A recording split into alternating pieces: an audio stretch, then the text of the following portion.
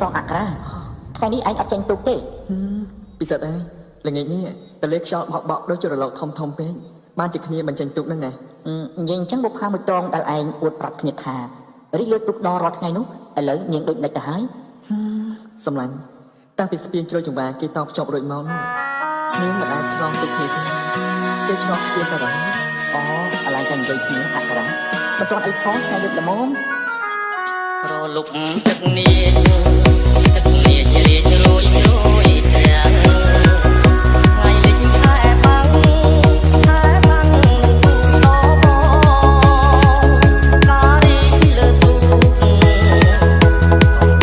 ចំឡព្រឹកងាយនួនល្អឆ្លងទៅឆ្លងមកចិត្តបងញាប់ញ័រ